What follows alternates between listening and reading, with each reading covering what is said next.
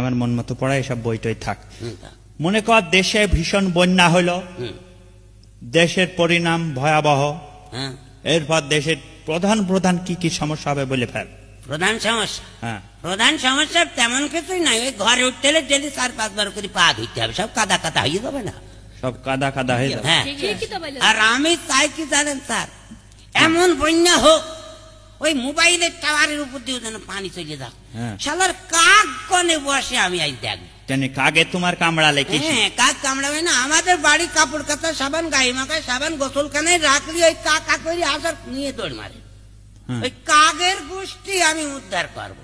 তুমি কোথায় বসবা কোথায় থাকবা সে দরকার নেই, ও দরকার নেই, কাক কনে বসে আমি দেখবো, বন্যা হোক দেশে। এই বেয়াদবি কম করে কর। 10টা আলু যদি 6 জনের মধ্যে ভাগ করে দিতে বলা হয়, পারবে? হ্যাঁ পারবো। কিরাম করে? কিরাম করে আবার 10টা আলু 6 জনের মধ্যে ভাগ করতেছ স্যার, এটা গন্ডগোল সৃষ্টি হবে, কিন্তু আমি সে কাল করবো না।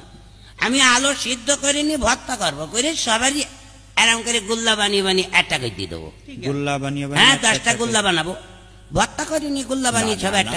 আমি ঠিক ওভাবে বলিনি, অঙ্কের সিস্টেমে জিনিসটা ভাগ করতে হবে। না, আপনার মতে চললে তো আমি পরের মার খাইতে পারবো না। আপনার ভাগে যদি কম দিয়ে আপনি কি আমার ছেড়ে দেবেন?